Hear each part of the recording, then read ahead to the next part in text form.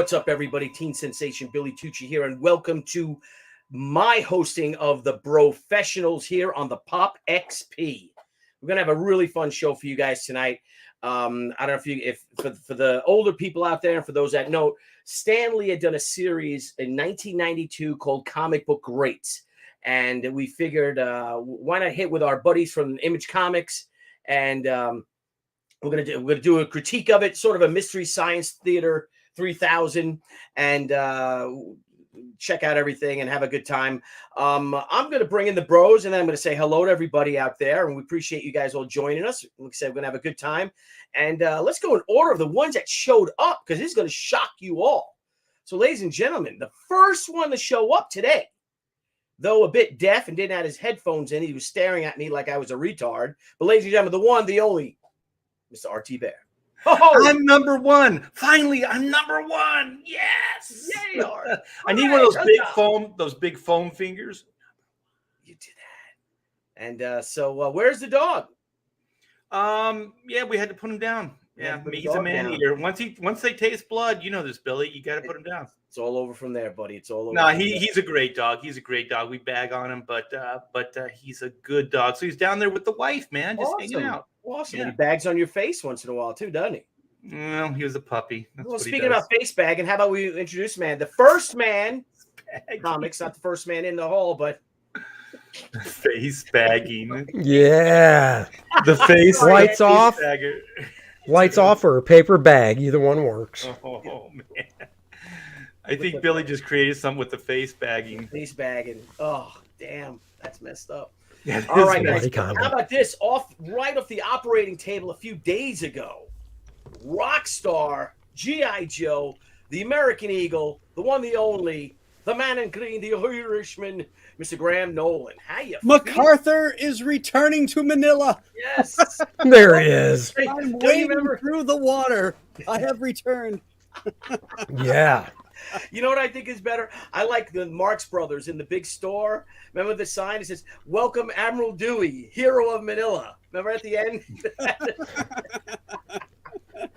Speaking of the hero of Manila, guys, we have someone here, the baby of the bunch. He's got brown eyes. He's in the Sugar Hill Gang rap song. He could rap like the best of them, like any Sugar Hill, like any Brooklyn boy.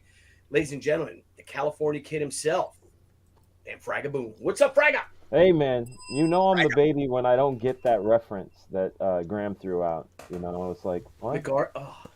Yeah, no, because it's just enough. There's enough of the gap. It's like when people were like snapping, throwing D.B. Cooper jokes out, and some people were like, what?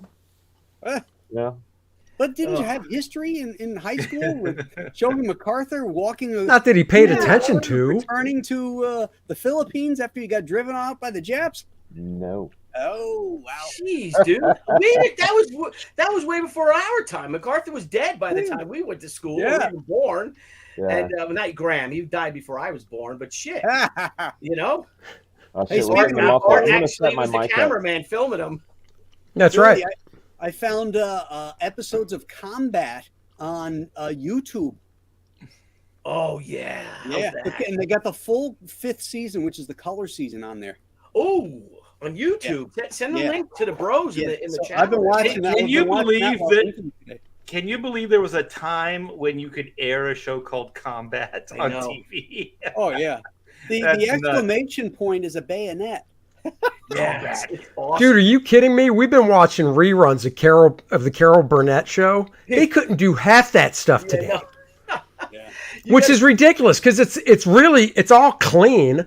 Yeah. It's hysterical. Yeah. But my wife and I are watching like, oh, couldn't do that today. Nope, can't do that today. Well, Sunday night we watched 16 Candles, John Hughes movie. And you couldn't make that movie today with the thing like, first it's rated PG and it opens up the first time they see that really hot chick, the guy Jake's girlfriend, and she's nude. And it opens up right on her boobs, man, right on her breasts, being showered and slathered with water and soap, sudsy. Well, you know, that's what we forget about is what a PG was back then. Like when my girls were young, we decided we were going to watch Airplane, you know, the Brothers thing.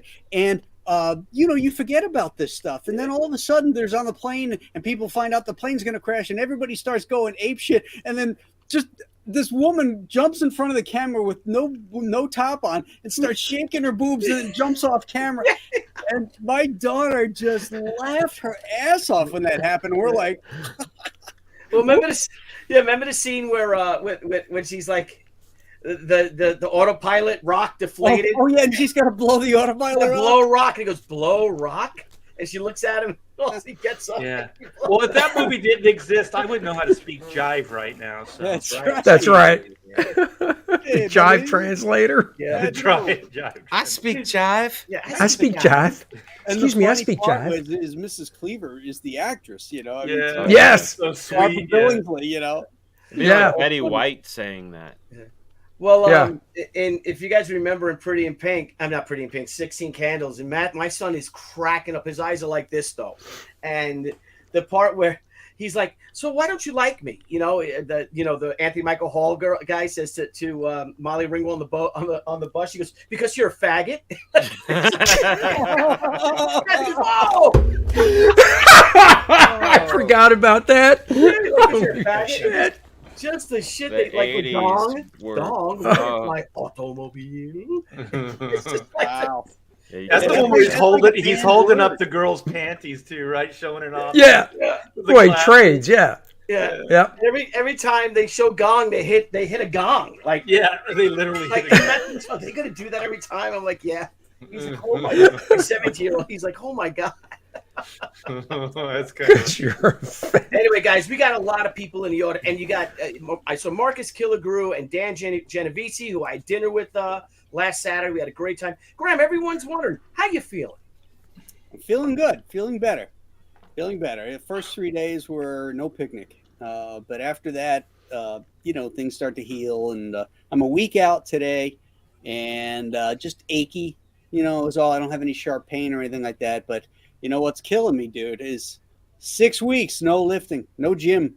No lifting. No. Hey, Came to the doctor says you can't. I don't want you lifting anything heavier than a gallon of milk. And I said, well, a gallon of beer weighs the same. Yeah, that's right. And that's There you go. You can't do any calf raises or anything. Well, for what purpose? Why would I I bother? don't know. doing I just think it's, 6 weeks. well, That well, basically no, Graham, puts you right to that New Jersey convention. I know. Yeah. Man, you don't work out for 6 weeks, you're going to look like Art Thibert when you show up. Yeah, I got to watch on shit. eating. I got to make sure I don't balloon up. Well, Lord have see, mercy. Fraga Boom, here's your window, man. You can catch up. That's right. That's it. You know what? You were in my head, Billy. I want to say what's up to my brother Rob. He's in the chat. Yo, what's up, I Rob? saw that. Yeah, I didn't see Robert, that. yeah. Hang on, I'm all the way at the top. But I want to say hello to past Masterson again. Marcus Killigrew, Fritzy, good to see you. Robert Fraga, there he is. There's the boy. right he's there. the reason I got into comics. Your brother. Yeah, he collected before I did. Nice. That's a good brother to have. We got Bub66. We got Carlos. We got let's keep going up more. Luke Moore, Randy Howell, of course, Squibs, Haldare, if I say that right, Helder 6480. I guess that person was born on June 4th, 1980. Same year that I was born. That's right. Lies, yeah. She's going to get you. All right, guys. So we're gonna have fun today.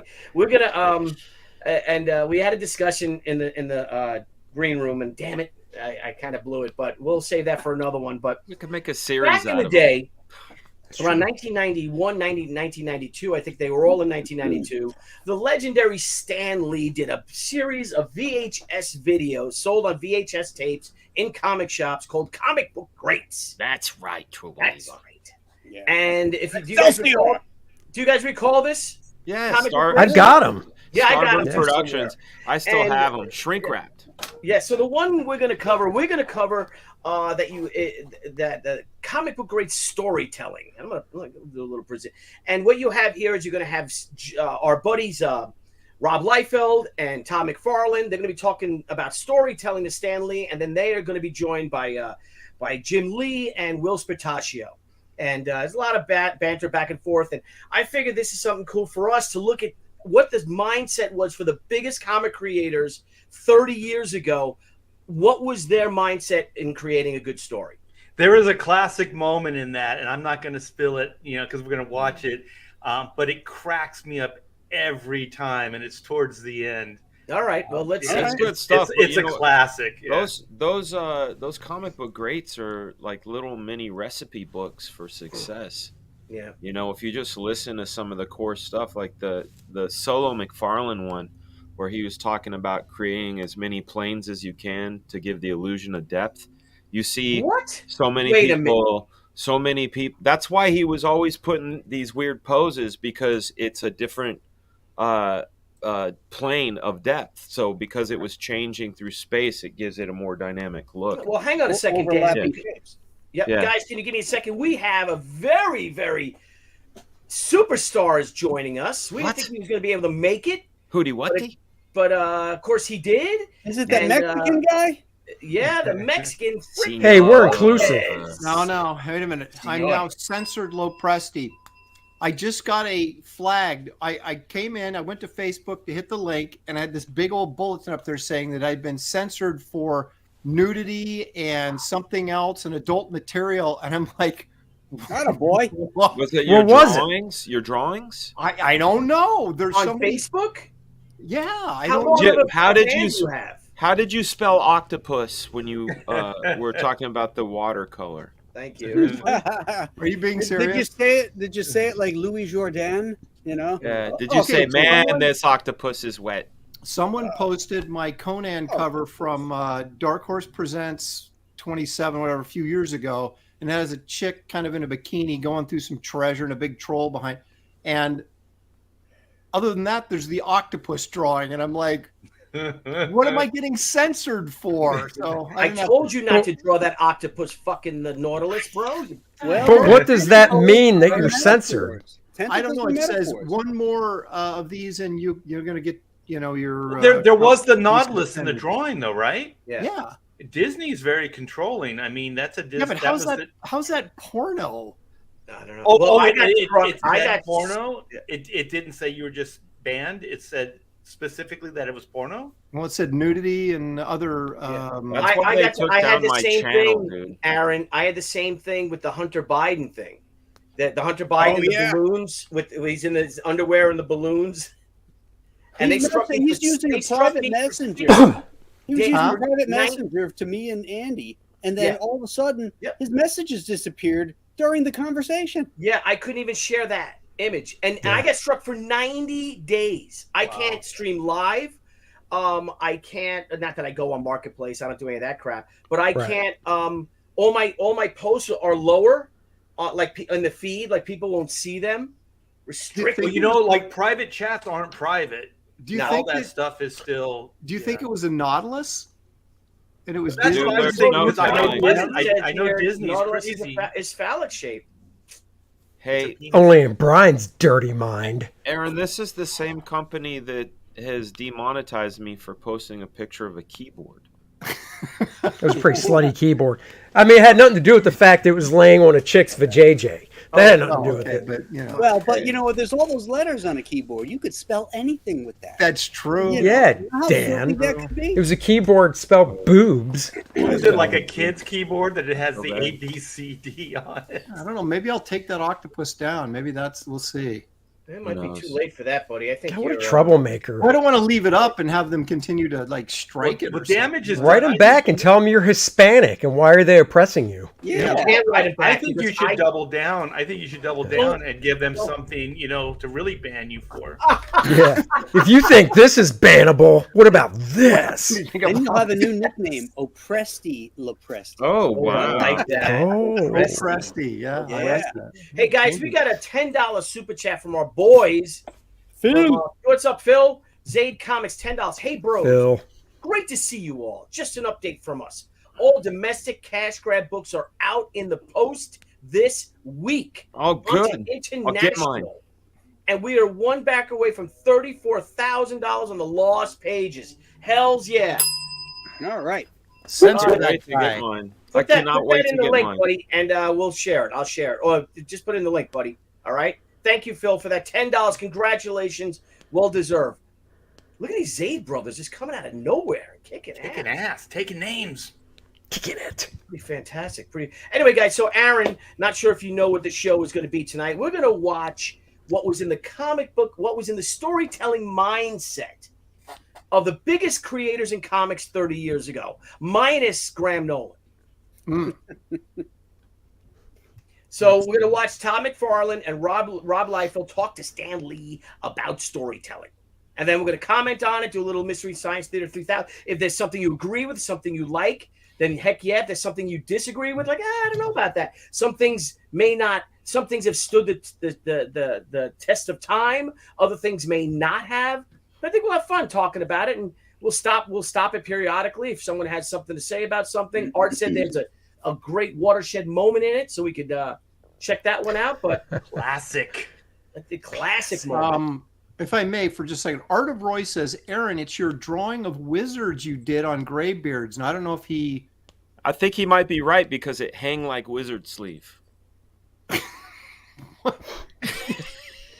Well, I don't know. That was a few weeks ago. Here, buddy. So if you got something to show, you could show it. Yeah. Well, I say you just embrace the bad boy and just draw something really offensive. It does have a fairy's bum in it, but...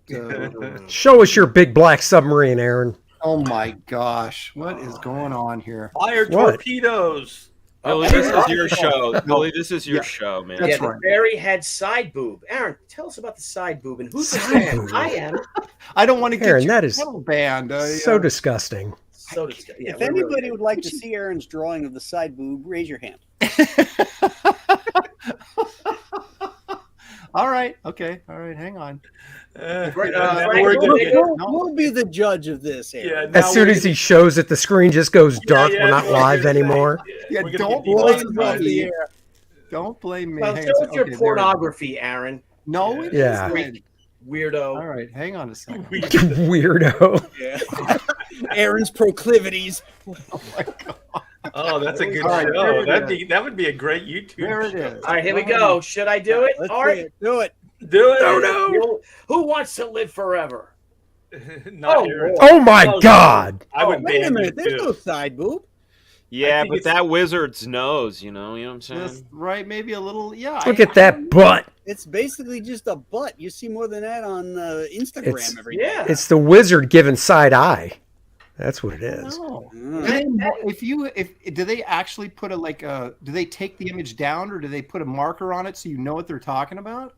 I wish they would be a little more transparent and like say exactly what the offending image is. Screenshot it and then send that to you with a markup on it. Like, this is unacceptable. Yeah.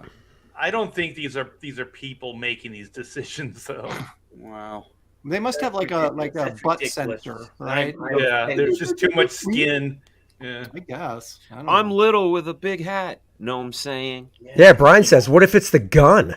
Maybe you shouldn't have drawn the weapon. Good point. It was a Luger. It was a German Luger too, or sort of a cartoon. That wasn't a German Luger.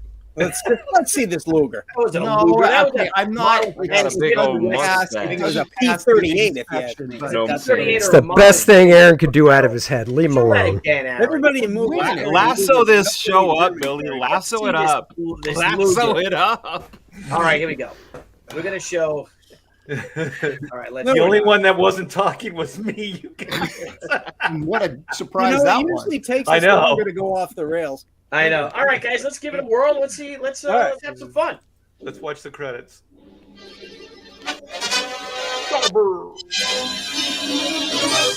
Staber. Home video. Wow, that looks 90s. Mm-hmm. That's amazing. How dare you? Excelsior. Imperious Rex. That was high tech back then. Enough said. Comic book greats. Hosted by who doesn't extend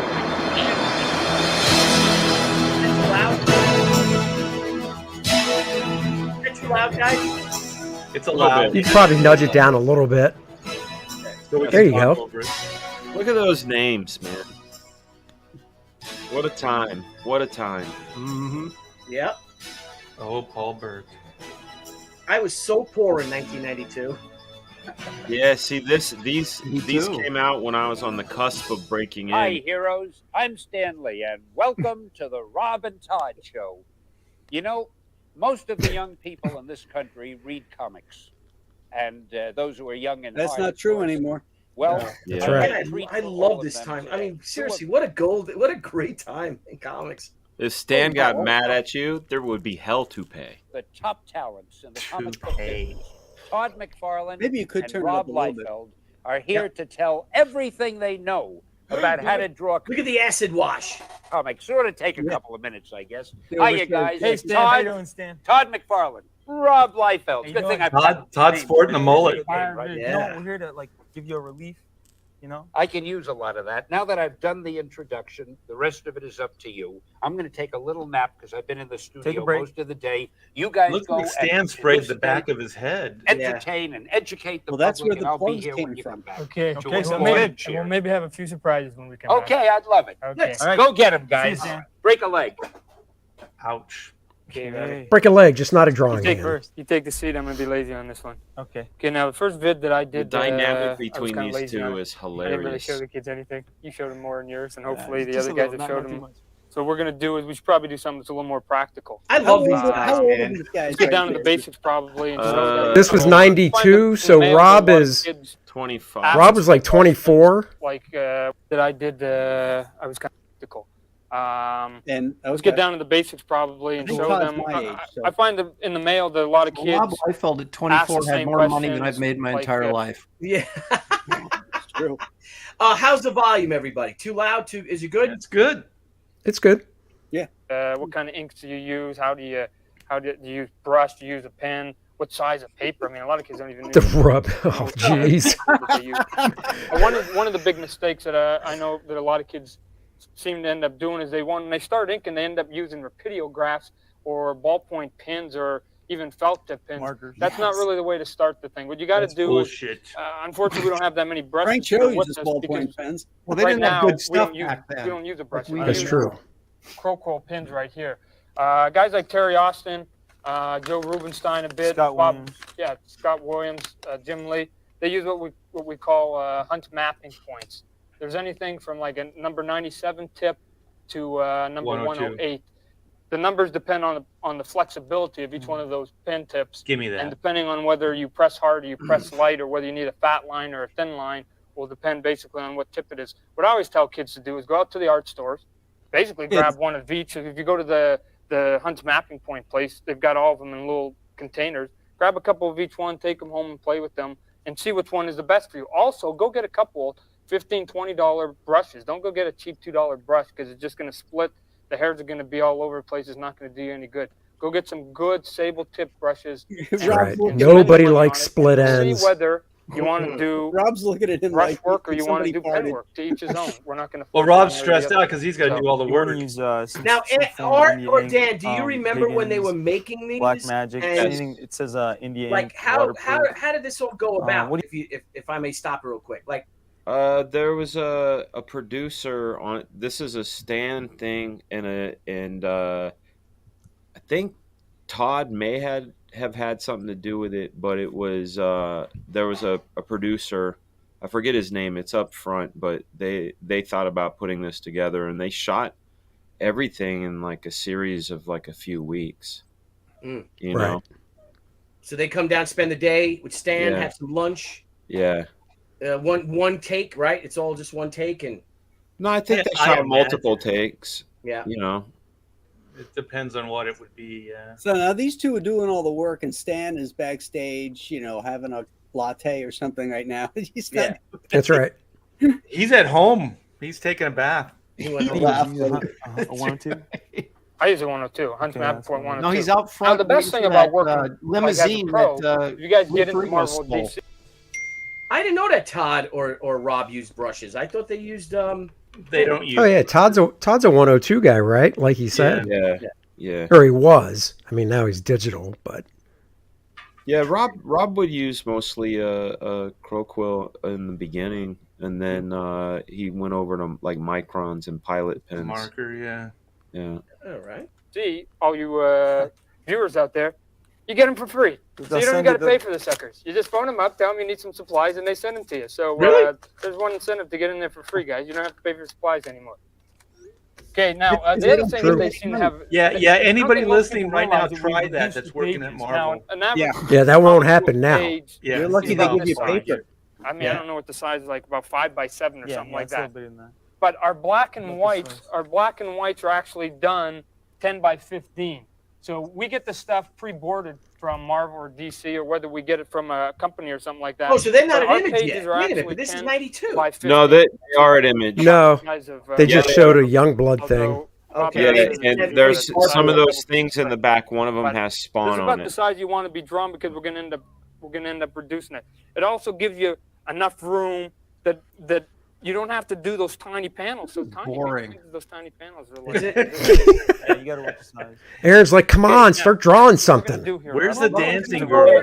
Best part is just like one run-on sentence. You know what I mean? It's not. You know, I'll go in there. Todd, yeah. And I'll give him like a nose. You know, where placement of things is. Placement of the eyes, placement of the mouth, if he's screaming or something. And then I go to a copy machine. You know, you can go to your local Xerox store or copy shop and get something copied there, because a projector can run you, some pretty hefty cash there, can run pretty expensive. That's one method. You can lay it out straight on the page. Plenty of guys go straight to the page and boom, they're in and out of a page and onto a next one. I mean, this is a funky method. This is just the one I use. I go small, he's blow still it up. I got a light table, or you can put up to your window. So like thumbnails, he does thumbnails. He does a thumbnail. But He'll take it onto Xerox and blow it up to page size, and light box it lightly, and then finish it from there. But he gets all Neil Adams used to do the graphics. Yeah, exactly. He used the autograph. Yeah, that's what Rob was talking about. See, that's from Spawn 1. That's Spawn. Yeah, that's Spawn 1. Not even done Now yet. we're getting a bit ahead of ourselves. That right now a lot of guys are starting to pencil and link themselves. Okay. So some of the young guys now that are maybe watching. That pissed you off, didn't it, RT Bear? No, because I worked with all these guys. I still and Art was inking himself. Video that are trying to aspire. The one thing that I don't think happens is they don't hire you for 2 jobs at once. No, so true. I see. Specialize. We're going to go through penciling, inking, coloring, all these things, and if you want to try all of them, I highly recommend it. But the one thing Art, did you actually ink Todd? Yeah, at some point? I inked him on a lot of the packaging, the toy packaging stuff. Oh, okay. You inked his package? What did you just say? You inked his package? package? I inked it good too. Yeah, he did. Yeah, no one inked Todd's package like I inked Todd. Say what? Did you ever ink Todd? I know Todd inked you, but did you ever ink Todd? No, that would be a lot of fun though. I've inked Kirby before. Really? Yeah. 3 fields at once. That was fun. Most of us usually get in there. So have I, Dan. So have I. We kind of have to claw our way and get another job. Is that for the Kirby tribute book, Dan? No, it's for Heroes and Villains. Yeah. Yeah, that's what I inked it for. Yeah. I think a lot of us did that too. Yeah, done that. Yeah, but you probably inked somebody cool. Do you remember the character? Machine Man. Todd's right. You go in Oh, you bastard! I inked some black secretary. I don't know who it was. That's cool. I got the Falcon, and remember we had to write a little note, like what we thought of the character. Yeah. You know what? I take it back. I inked some secretary, black female secretary, but then Bart and I were sharing a studio, and we both inked Challengers of the Unknown. We each inked 2 figures. Oh, that's cool. Yeah, Challengers. That's cool.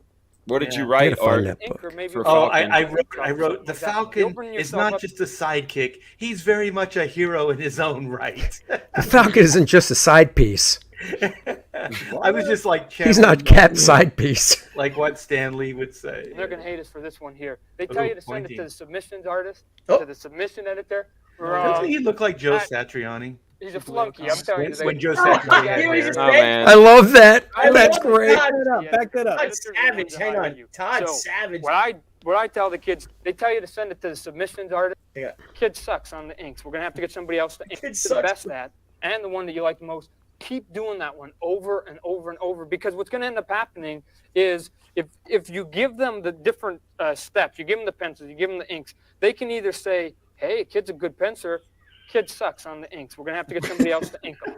Or we go, the kid can't draw worth heck, but he's a pretty good inker, maybe we can put him on an ink job or something like that. Yeah. You're opening yourself up to more than one job.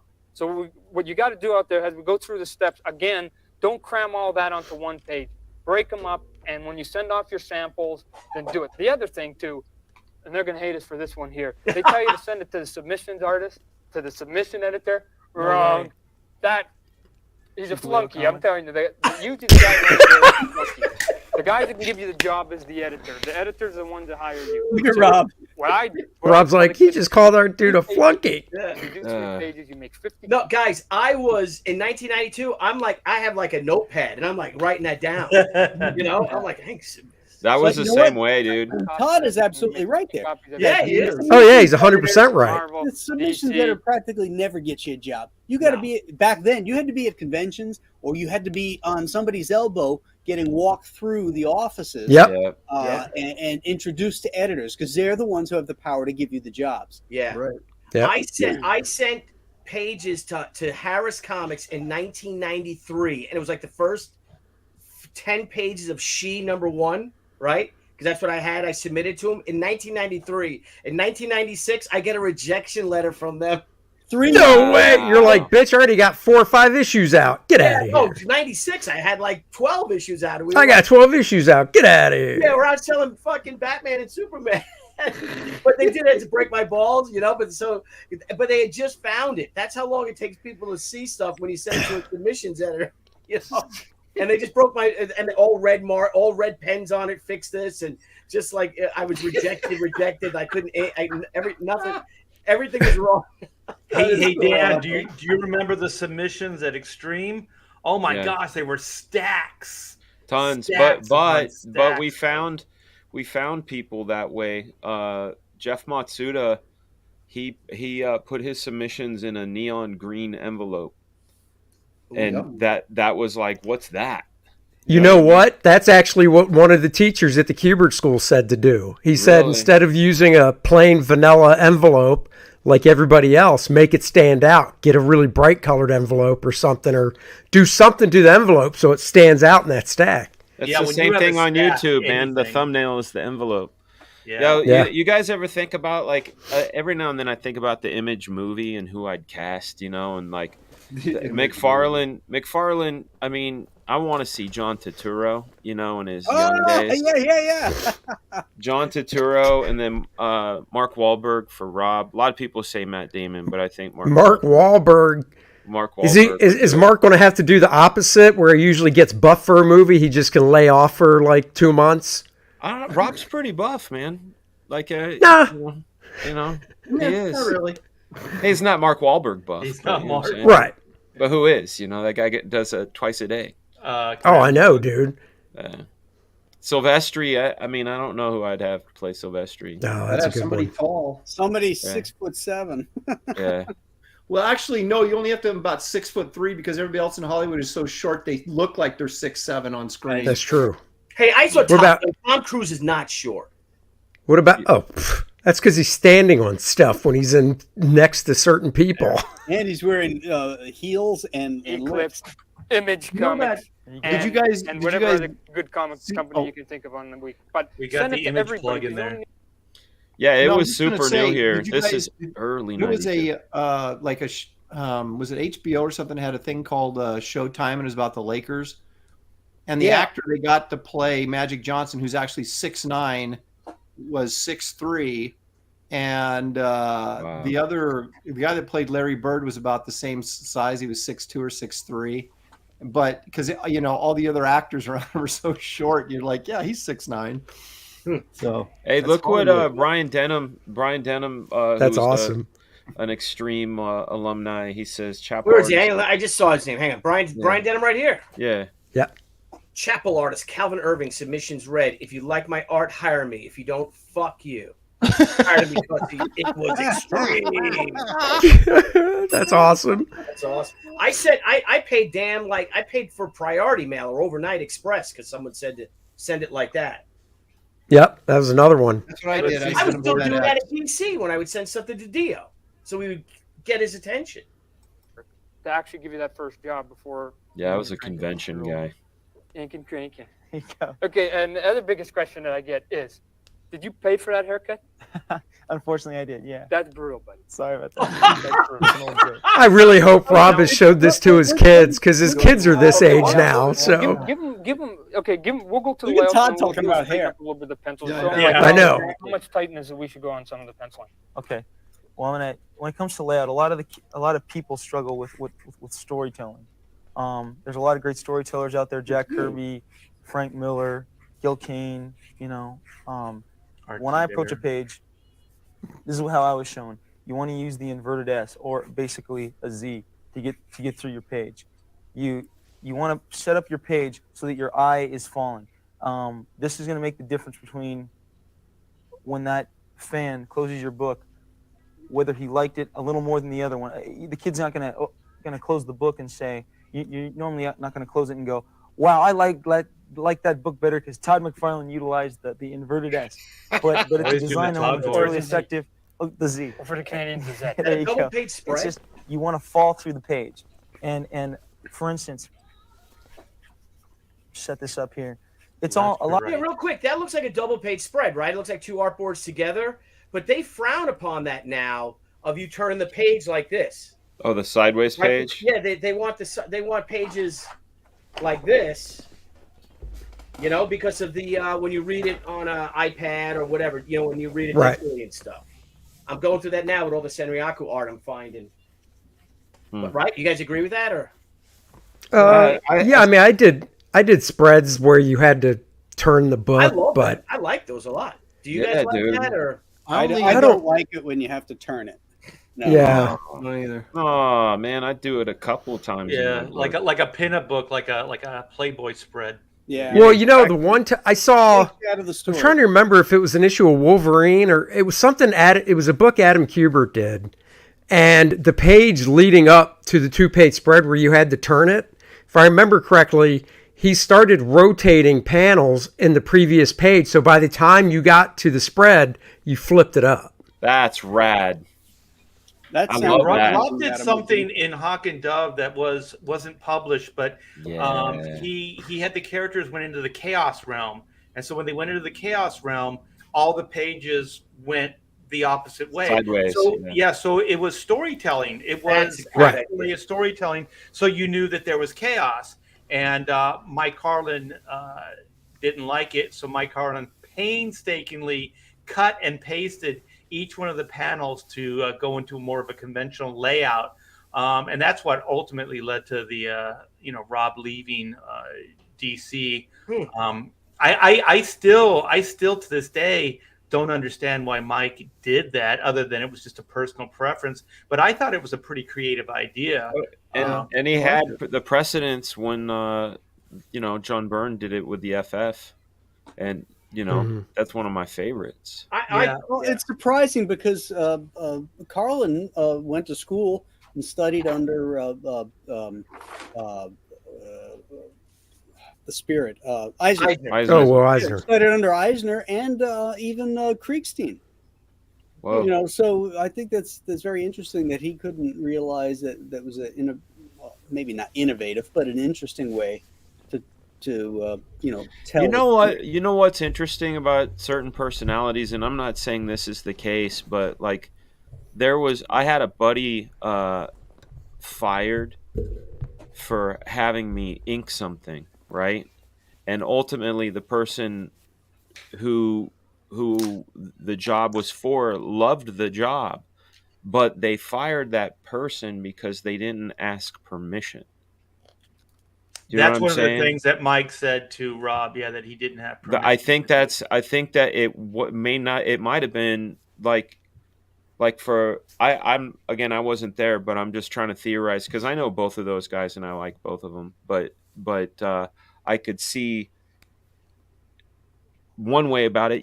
Hey Mike, I'm the Chaos World, and you know how John Byrne did that. I think it would be really cool. What do you think about that? Like really throw things on their edge. There's that, and then there's turning in pages sideways. Right. Yeah, and Rob, I remember. I mean, I was real close to Rob and Mike Carlin when all that went down, and Rob was kind of perplexed because he had run it by the Kiesels, but it was over a weekend, It was over the weekend, and so Rob actually thought he kind of, because he didn't understand the pecking order, and also Mike Carlin is very, very principled. And so then, you know, that Monday, Mike sees this and feels a little, like you're saying, like this wasn't okayed. This is an editorial decision. I should have been included, so therefore I'm going to do it. You know, I'm going to redo these pages, and so I think that's how it went. But I do remember Mike called me into his office and ran this by me. He goes, "Do you think I was being a little bit too harsh here?" And I said, yeah, I think you were. Yeah. Yeah, well, it's so funny that the time that this was that this influenced me, their style, because I did a lot of the centerfold, you know, double page spreads. Yeah. And when the last time I did it was I was doing Harley Quinn with Jimmy, I think in 2014. And they're like, "Did you draw that like this?" I get a thing from the editor. And, you know, like you drew it vertically. No, Jimmy called me because the editor wouldn't call me. And I'm like, "Yeah, why? They're parachuting into Germany. How cool is that?" He's like, "Yeah, they don't do that anymore because of the digital stuff." So I had to redraw it horizontal, the whole thing. And I'm like, "Shit." Yeah, but you have to draw to the format. Yeah. Yep. And it's the format is there. The double pager, like, you know what I'm saying? It would just scroll it the opposite way. Yeah, or you set up the parameters so that when you get to that double page spread, whatever your horizontal parameters are, because that's the one that's the important one on a digital screen. You know, you just set that, and then now you get, you know, your centerfold to that width, and then now you've got as much length as you want because you're scrolling down. Interesting. It can be done. They just didn't want to do it. Yeah, when you do digitally, you can do it. It doesn't matter, really. I think they just wanted it all to look very, you know, conforming, I guess. Yeah. But it was so, like, I'm looking at Terry Moore's. I'm going through all the art, and I got Terry Moore's original here. And he drew it like so many people did, you know, vertically. Oh, wow. I love Rob. He draws exactly the way you think he would. I mean, it's so kinetic the way he moves the hand around and everything. It's pretty amazing. You should hit the reader over the head. Again, it's fun to watch. Some guys write their stuff, some guys don't. For the most part, the average guy and you out there aren't going to become a writer, pencil, or inker. I guarantee it. So you're going to be following the lead of a writer out there. So when you're following the lead of a writer, then what you're going to be doing is he's got control over that. The only thing you've got control over is the visuals. So when you got control over the visuals, you make those things bang out. Put the pressure on the writer, guys. I'm telling you right now, the writers, this isn't a how to write comic book. This is how to put the pressure on the writers.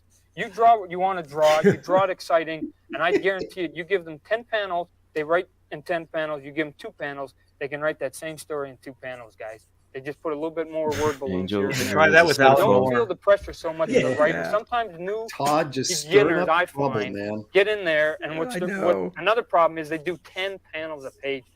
It's death. That's when the writer gets the pages and says, "Which one of these 4 panels is panel 6?" That's right. Over the cliff, the car explodes, and he jumps out of the car to save himself. The average beginner is going to do that in 6 or 7 panels. I can do that in 1 panel. I'll just forget that. He's I don't quoting have John Byrne, man. Through the girders, I can just show the action lines going through the girders. I can show the car exploding in mid-flight, and I can show the guy jumping out of the way. I'll show that he's coming over a canyon road, and I got all of it in 1 panel. And the best thing about doing like 1 panel instead of 8 panels is instead of that thing being 10 panels that are about this size, like this, I've gotten 1 good panel about this big, and then I can cut into some other action. Or I can do 2 or 3 small ones to build up to the suspense that his tires screech, and then he ends up. And then I can sell the art. Yeah, that's exactly what it is. Yeah, thank you, Heroin Bird. Come on, guys, give us some lights here. I was talking about that's right. Moving your eye through a page. Really, you know what? You have to give the proper information, but move the eye clearly through a page. A lot of times you get, you know, if you get things all jumbled up on the page, it stops the reader in the middle of the story. And when you got an action story going, you want to rush right through. You know, you want that action to be felt on the page. And for instance, here we started with the close-up. Start with the close-up. Then here is that we an El Marco shot behind this guy's shoulder. Yeah, those things will give you cancer. He's hunched down. You don't want his head up here because he doesn't look dramatic. His head's dropped down here. His eyes and his shoulders are down here, and then he's leaping at him. Now I'm gonna draw right over this. our eye went like this. So boom, boom, boom. Think of it as an arrows. Arrows. You want to lead your eye here, then there, then there. I mean, there's all sorts of ways to do it, but most of the time you want to do this. Here, we're gonna start off with an establishing shot. A lot of editors are gonna give that establishing shot. Spit it out. Give that one city scene so they can put in that little word balloon there. And these right here are leaning buildings. You got it. Forced perspective. Or Bedrock just walked by. There you go. One of the Youngbloods guys. You got it. New image characters. Okay. Here, we got this going. He just messes him. See our panel borders. Okay, then we got a down shot of these people. Let me interrupt. As you can see here, Rob's stuff isn't all that tight. And that's what we're stressing here on the layout part. Don't worry about it. Don't worry whether the eyeballs are straight or stuff. What you want to get here is a lot of the dynamics and storytelling, and the actual pretty drawing, that comes at a different stage right now when you're doing the tight penciling or you're doing the inking or whatever else. Okay. I'm going to just finish this up right here. Okay, give the big lips. Okay, so we've got this. So our eyes going in like this, and we go over here because we got a down shot of them walking through the city. We'll put a sidewalk, put a trash can over here so you know they're in the city. Down shots, the camera's up here now. Or piles of shit in San Francisco. Now your eye's going to flow right through all this stuff because we close in on them. Maybe give an up shot so your camera's down here shooting them up. So you got that. You're going head to head. Them up. So What's these he? two head, the placement of them is leading San Francisco, dude. Black Target wrong, bro. Nice big shot. You can go in there and do your pretty face. You can do whatever you want. Boom. You're in the page. You're out of the page. You're flipping, and the action's coming with it. Yeah, don't go tight when you're trying to figure out your storytelling. Just use those little stick figures, that jump out of you or kick or punch or whatever. Okay, now one of the other things too that you can do on your pages that a lot of us are starting to do, guys like Jim Lee and Will Portaccio and Rob and myself and Eric Larson, is we're starting to get a little more designier with the pages. You know what I mean? And unfortunately, this is a tough game for you guys to have to play here. Is that when you hand in your samples, if you hand it to the editors, a lot of them are kind of raised from the old school. They got to see ABCD storytelling, everything's cool. And unfortunately, we're going to show you a couple of tricks to designing and stuff, but you might have to curb some of those things until you're actually in. Because if you go out and you try to be real designy right off the bat, then sometimes they pick out those designy elements as a flaw in your storytelling. So you don't want to give them too many flaws. What I usually tell them is when you go in there to get a job, they don't want to hire you. They've got a gun, and the least amount of bullets that they've got, the better chance you got of surviving and coming out of there. So the first time they're going to say, you can't draw, you got no storytelling, you got no dynamics, you don't know what you're doing. They've got 8 bullets filled in you, you're a dead man. Next time you're a dead man. One of those. They only shoot you 4 times, not too bad. You don't have to be perfect because none of us are perfect when we get the job. But if we're only mortally wounded somewhat, and we can just say it was a flesh wound, you look at Rob. He's like, oh, you're in there. You can. I'm going to tell you what happened to me personally. I got shot twice, and you can see I do a lot of designy stuff. When I did Infinity, I did this wacko. I was murdered many times. I handed those samples in when I was break in. Yep. Nothing. The first time I did what I call the standard 1, 2, 3, 4 panels, I got my first job. That was a year and a half of handing out design stuff. But as soon as I got the job, Steve Engelhardt gave me the first job. I said, Steve, I don't want to do 1, 2, 3, 4 panels. He goes, beauty, you don't have to. And I was able to do it. But I was already in. And then luckily, Roy Thomas also let me do that too. And I was able to do it once I was in. Trying to do it from before you're in kind of rubs them somewhat the wrong way. Now, the reason that we like designs is because I'm a hockey fan. I don't know if you guys know that, but I love hockey. Can't play it because I was born in California. But now look at this shirt here. Now, this could have been a dull shirt. There's a lot of sports shirts out there. But here's a shirt here that's got a couple of little 1990s type stuff on it. Kind of looks cool. The back right here, it's got a design here, a couple different textures even on. Actually, if you could even feel this, you would see that it's all bubbly. There's all bubbly and there's plastic on it, stuff like that. But this is a wraparound cup. Now, one of the reasons I'm showing this is that this could have been. I could show you the black and white wraparound T-shirts, memorabilia, only on Indiegogo, and 9 of them are put you to sleep. This one, this could have been shrunk down. This is cool. This is a cool shirt, and it's designy. And the reason it's designy is 90 it's hip. Yep. And so what I'm saying is, 90 comic books that are selling, whether the editors want to believe it or not, are new, hip, and they're designy. All those logos. So what we're going to do is I'm going to show you how you can take blasé, nothing drawing, and I mean I did it enough times when I was doing Spider-Man or when I was doing Infinity, but one of the problems that they say is they don't want anatomy sticking out of a panel. I think that's wrong. Yeah, you know what I mean? That's just a rule that they repeat. Now, again, you might have to keep the anatomy in when you're doing That's your a first Marvel sample to rule. get in the job, guys. Yeah, did you guys follow that rule? That was No. a shooter What rule. was the rule? Don't break the border Don't break panels. the panel borders. Oh with it. yeah. Once you do your first And the job, bottom of the panel's never there's the two sets of floor. rules. And you know what I said to Shooter Well, that when one I he never told me used. that? Can you pause it? Yeah. Yeah, what I It's told silence. Shooter when he told When me you're that, after- because he used this analogy, he goes, when you go to the movie theater, everything is self-contained on the screen. And I said, do you mean if you could break the screen border and you could have characters jumping out of the screen, you wouldn't do it? And he goes, and then he just walked away. Yeah. That's Like hilarious. what Joe Kubert doesn't lay out a great story. No, of course he does. Yeah, well, he breaks the border all the time. Yeah.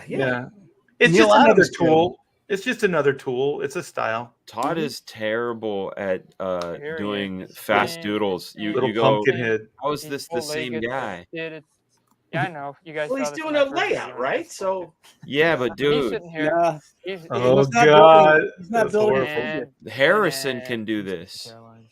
Give him some what? Give him some detail lines to appease him. Some detail line. I didn't know he's a There you go. lefty.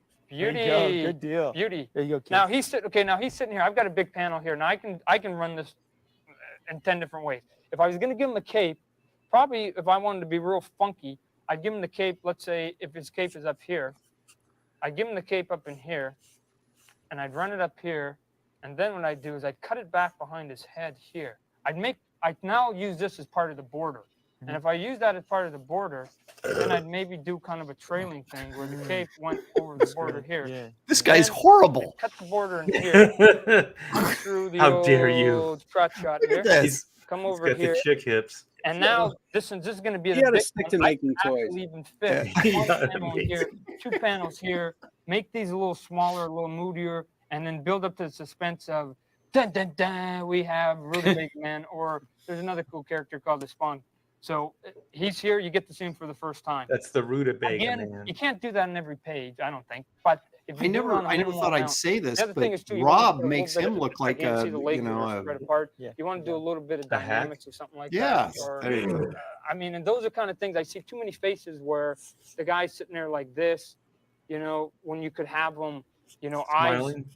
like this. Well, Aaron, they're also and just his telling. mouth They're wide doing open. storytelling. I mean, they're not I've talking got a little drawing, are they? 6-month-old girl, and I No, guarantee but you, come I can on. tell when she's going number 1 and number 2. Face Aaron's getting dynamics, angry. number 1 is How much money do these guys make? Well, you can You know, cut this face this is being filmed. Put know, just a or- little yeah, bit of effort you know, into that so that it so looks standard. halfway Don't do decent. that. That's all I'm You saying. know that, but be creative. Look how fresh faced they are. Beauty. I Now, know, I I know. I've been pencil and inking for, gosh, I don't know how many, 3-4 years now or something like that. So I don't do any tight penciling right now. So why don't you give us maybe just like an arm or something like that and show them about the amount of rendering that you want to do on Oh, this it's art thing directing. Okay, and then you want His own drawing. for somebody to be able to ink it. Because one of the other things I find too is guys, when they pencil, they over render. You want to keep your stuff simple, black and white, so We that got an a inker can $20 come in there and ink confirmed the bid stuff on that fairly McFarlane easy. piece. Yeah, I saw that. And if you do, I didn't see the other thing confirmed, too, though. I've seen some beautiful black No pencil confirmed. stuff. that's Oh, there you go. Put it on $100 confirmed. There we confirmed. go. It's Yeah, a it photograph, doesn't translate in ink. but a guy's got to come in there with black ink and's got to make that either black Don't do or this. he's got to make it You white. know what? Don't do this in your pencils. An inker can't read that. Yeah, An ink- or then black they is come in black. there and it gets a little bit darker. Yeah, just ignore that altogether, because an inker, that's really, he's gonna either have to turn that into separated lines, get that graduation, or overlap that like that. It's called cross Don't do hatching. the gray stuff. This isn't like illustration. We got to work in terms of black and white. Okay, just gonna draw a little face here. Now, when Yeah, I rough out saffron. my stuff, again, it doesn't matter, but I mean, I'm inking a lot of my stuff. I use a non-repro blue pencil. Now, people ask me why you use the blue pencil. The reason I use a blue pencil is because as an inker, being probably one of the lazier guys in the business in some respects, if you use a non-repro blue, you don't ever have to erase the pages. Yep. Now, maybe you got an assistant Yeah, that erases that's what your I pages do. or something Sure. like that. I don't know, but it's a pain in the rear, and something that can take like 20 minutes to half an No, hour to erase I use the non-photo each stuff. page. And if you got 22 pages and you got a deadline, I mean, it could take you a day to erase those pages. So I just do it in non-repro blue, and I never have to erase. I my always pages hated when I'm done erasing inking them. pages. Yeah. I hate it. Chest Hate it. here, a little bust shot here. And shaft cleaning up from, scams. Youngblood. Oh yeah, that's the other. The Youngblood. I hear that's doing swimmingly. Oh yeah, doing real well. So Is that shaft? It is. do this. Give the Let's see. arm Look, down in look here. at Rob. How quick You know, Rob's doing that, and it usually still looks shape like everything something. out. You know, when you're You know, little, you go, I don't need to shape Rod those needs to things work out. a I can go little straight. harder Just on like my his favorite artist. layout Use sketches. the That's all I'm shapes. We saying. all started that way too. You become more comfortable with them. Anytime you'll be able to fidget with them. And they'll Todd's come the out looking face like that and arm that Rob's the Todd drew or talent. Jim drew or That's a what have Pentel you. penny Okay, all right, race. Todd, I'm almost done. Oh, Give me yeah. little wristbands Or here. twister And race. he's got his That's what fist it's and he's called. shaking it up at you. And here's this. I like that and pencil. Here's the ribs. I got one right Now, here. if you were going to become a penciler, then you'd want those things to be obviously a little bit tighter. Tight. Like here You with can't give this to an inker. Yeah, you won't could. look anything like this. You've given me Well, it stuff depends. like that, Like Rob. Back in the day, a finisher. right? Someone. I mean, Then I would say you give them the shadow in here. Go for it. Show them that it's going to be. Doesn't that kind of look like that loose drawing you did? Kind of look like Brett Booth. I'll just tighten a little bit up on a pencil. Well, Brett's definitely from because this school. Some of the guys that are just Right, trying to break that's in what as I a meant. penciler want to see a little bit of like exactly how tight you're going to want this.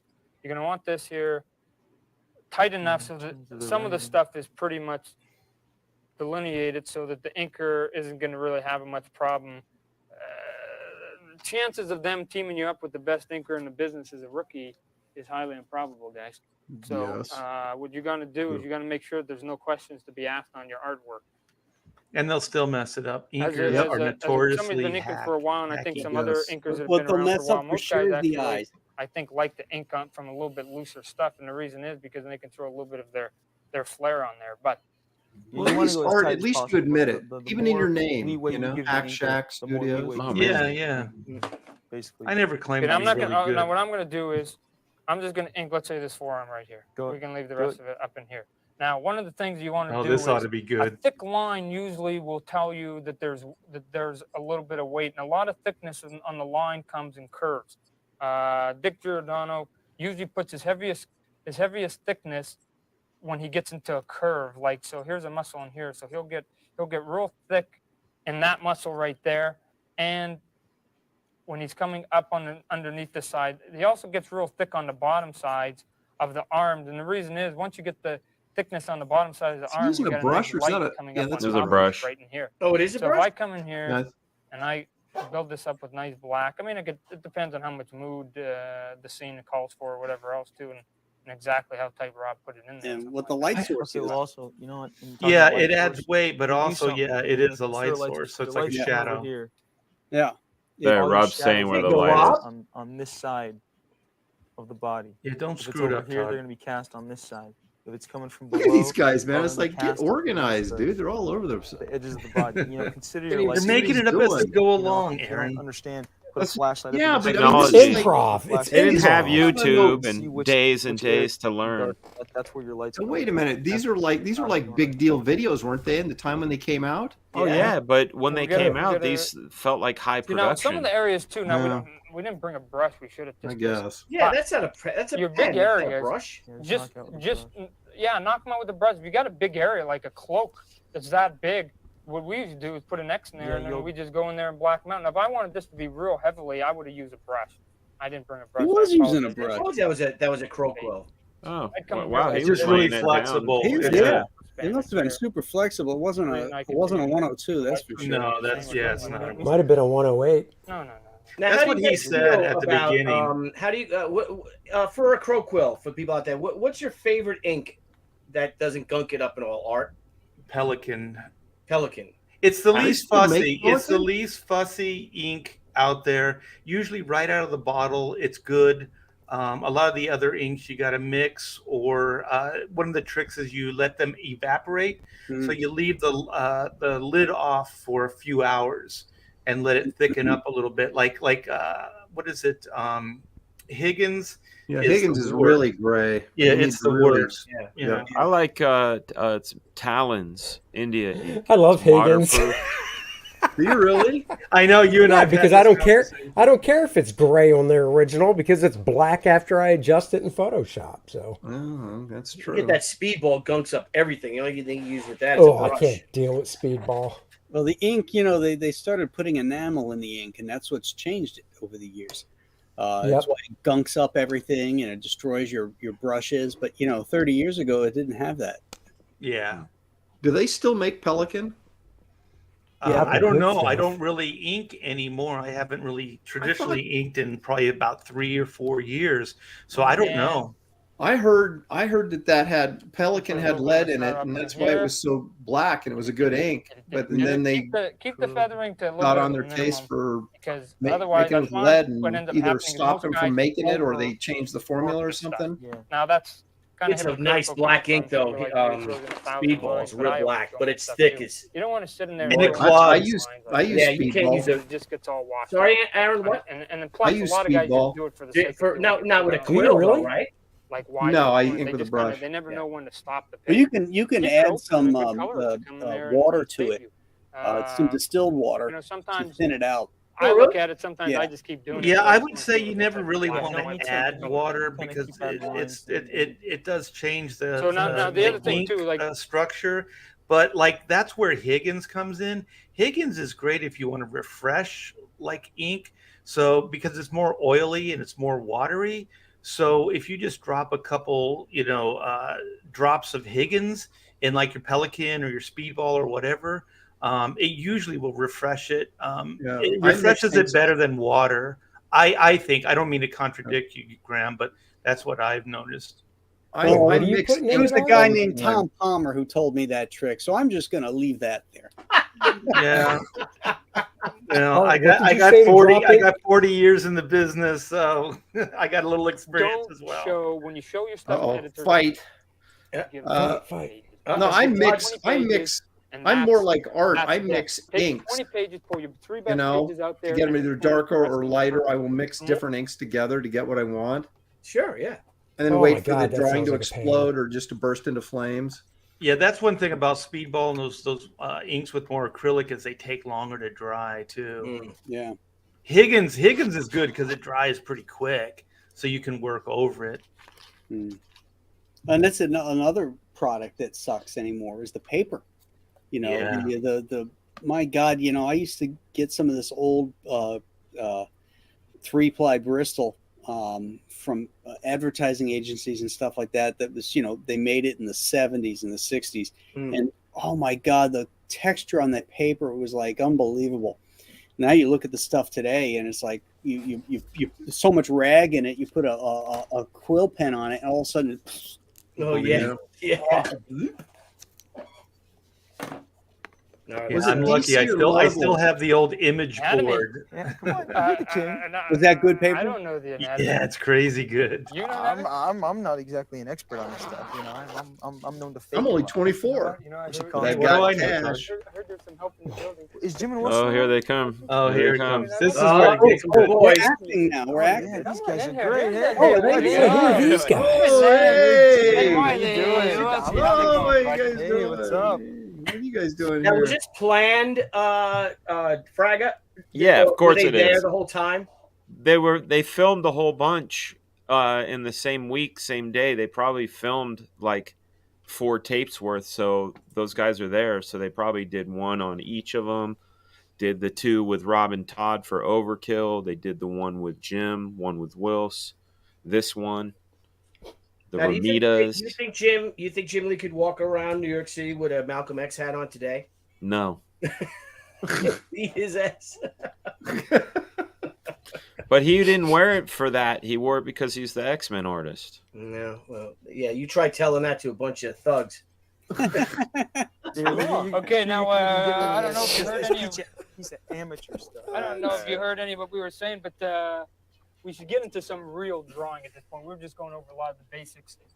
There we go. Get it all set up for Let's get into some real drawing. Jim, sit down. Real drawing. Like what you're thinking of in terms of like where the muscle structure is going, how and why, right. how it fits together. I notice a lot of guys when they put arms together, Where's it Will? doesn't look like they're actually Philippines. You know, Right. yeah. They just kind of look like they took parts and just. Man, they stuck turn out some together. good artists So down maybe there. give them something. Yeah. I think everyone uses a different way, but what I found most successful for me that has resulted in the figures looking tight and not put together from different angles is to rough something out like Rob was doing and try. I think of like the chest as a barrel shape, the arms as cylinders, and the head as a square cylinder.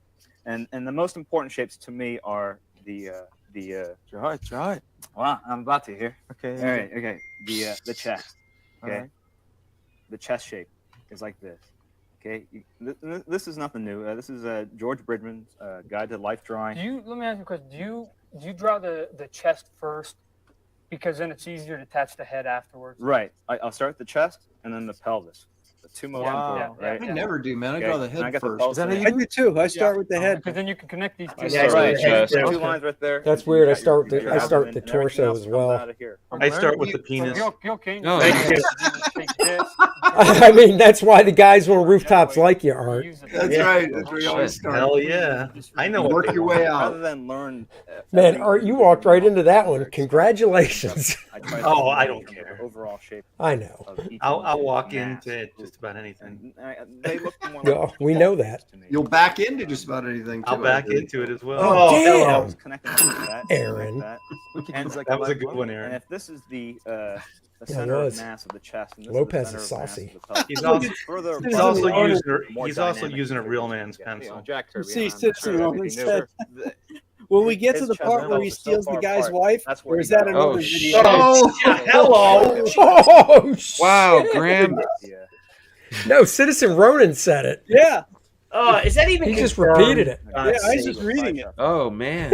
If you look at Damn. it further apart, in fact, you can put it all the way over here. Oh my goodness! Wow. Good Lord! The further you put them apart, the more energy. Instead of you're gonna penis? get. You put. Look what's on your brain, RT Bear. He's talking about the balance of things. Hi, baby girl. Something like that. How are you? Don't you draw the head first so you can watch out, gauge how size the rest of the body should be? This leg up and this No. arm out. No, you're supposed to draw I the do the torso torso and then first. the leg. This arm- That leg goes back, dictates boom, the arm. action movement. For every, I for always every draw action, head there's a first. reaction here. Dude, I always draw the head first. That's great. Right. Yeah, that looks like he's hitting Right. the guy. Right. That's interesting. No, I never do. I always start with Oh, yeah, the the arm torso behind and, Can I strike and this? go from there. We're gonna. I already did. Cool. All right. Where's the copy machine? Oh, if you did, then why weren't you asked to join Take it to Image, your blog. Oh, that's Andy? great. No, I don't use. Yeah, I don't Andy. show it with the- Yeah. Draw like That's that. why your anatomy sucks. I was nobody back All then. right, watch it. You got the thigh here, and then all the interlocking parts like the elbows and the knees. They're like little round softballs, And this is something that you'll find in most art books, but the kids, they don't have the patience or whatever to do it. But if you want to be serious about your work, you got to take the time and treat each shape, and learn the shapes. Here's an ankle, here's a little ball there. Now, the one thing too that I tell people too is like on the chest here, the chest line here runs into this line always, and that's an easy way to like connect those two lines. So I even if your like hand how is Todd's raised up, like, so the chest line runs into this line instead of This saying line. It's not the the deltoid. chest and the- muscle goes into the. as long as this is always kind of connected. Hey Dan, who would you cast for Jim Lee in the Chest movie? from the bottom of the breast. Daniel Day Kim. You want to call it, runs into the bicep. Daniel. He's a little tall than That makes it easier. Wow. to that right there. Jim, Dan's thought about I remember this. Will telling me a long Didn't time Rob ago, write a script? every muscle. I think it's called 1992 or something like Yeah, that. he wrote a screenplay about it. Dude, I would love to read that Bullshit. because And as long the as you know perspective, it's a different where perspective, muscles Start Oh yeah. and that's Look really at all you need that. to know. I'm learning the Boom. names. Here's the shapes. Boom, boom, boom. So look, All right, How does it we'll end go though? now. 1992. How it? Oh, it just ends in 92 when they're like. There's a lot of gunfire. Nice. There's a lot of blood. There's a lot of blood. Is it A lot of blood. Dan, who would you cast for Eric Larson? guys right now for anatomy? God. Anthony Edwards. No, Somebody No. loony. You know, I don't want to be this stuff is mean. pretty, and right now, Oh come on. to find that real You attractive. but see, if you go back in Real years, Gene, it's kinda- Real Jack Science. Kirby's anatomy was not. You ever Yeah. see Real That's part Science from and it. they have that party, But because he was consistent and then with like this everything he motorcycle did, gang shows Yeah, up, and there's yeah, like yeah. the bald and one thing guy. you forget, Oh, everybody's shit, got the any mutant kind of dude? style. Yes. Oh, Oh. the hills have eyes. Yes. Oh, Yeah, the guy from the hill. that guy that You can- find a way to do it, and somewhat- I like that Dan says, I don't want to be mean, but You know, right it, now, it I would said be this this is guy. like Wilson Jim more than a style I'm a like, dick. Mike Look at how McGuire. young Wilson is. I know. I know. The girl I was going Wilson out and with. Jim are about the same age, aren't they, Dan? I think so. I'm not quite sure. So as long as your gestures, they're actually, You can. I know Rob's the youngest of the bunch. But I was able to. Young pull bunch. stuff off because the. But you do the big jerk panel. Bob's like 2 years older. You do the big jerk panel. I found out that I really admire Barry Windsor Smith, but early on in Conan, he did some wonky, wacky muscles. Yeah. But he took those muscles. He took those muscles. But he took those muscles and he made everything round, everything solid. And as long as you make it solid, then it's believable. Yeah, definitely. I mean, if you just do lines going, I mean, like what Jim was saying about here, every line goes somewhere. If he had this line going out over here and this line going down here, and this line goes. Aaron's not even paying attention at this point. Look at him. This is the most boring Aaron's taking notes. He's copying what he's seeing. He's like, slow it down. I didn't get that drawing. Look, or the same time. It's tough. Gotta get that phone right there. What's your name? It's Rev. There you go. Don't mess with me. No way I can talk and draw at the same time. But I bet you, Aaron, 30 years ago, you would have been riveted watching this. And what's going on? Wanting to get No, if it had been like Wrightson or Barry Smith or somebody like that, I would have. But not. Yeah, but you have to understand that to kids like me, these were those guys. That's true. So I hung on every word. You know, it's kind of like a puzzle to me. And Dan, can you tell us something? And you put them on. How come you didn't learn anything from Gotta this go in guy? all these. I'm hard-headed, dude. Nah, I'm kidding, bro. Think about it as like rope or a weave or something. Fool around with pens and pencils and learn a trade like muscle. But look at Will. Will can draw his ass off, man. Oh, Will's is amazing. I mean, like for instance, see that little touch right there? Sure. That's the edge of this.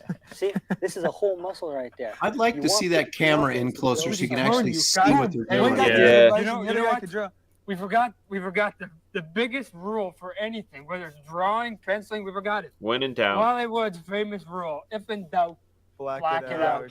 There it is. Now, this is what I do. I don't have near the talent of doing anatomy that Wills has here. So once I get down to the leg and I try to put the puzzle together, I love this. Ain't working. Put a cape over it. Hey, we put a little smoke screen in there.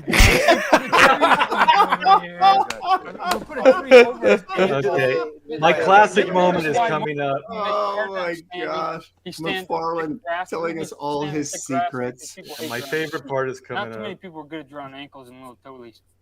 The ankles. Not too many people are good at drawing ankles. Just remember that ankles line. Yeah, Jim. Did you say little toes? See if we can shoot. No way. He talks and draws. These guys are the most successuccessful comic artists of all time. We're sitting right here in front of us.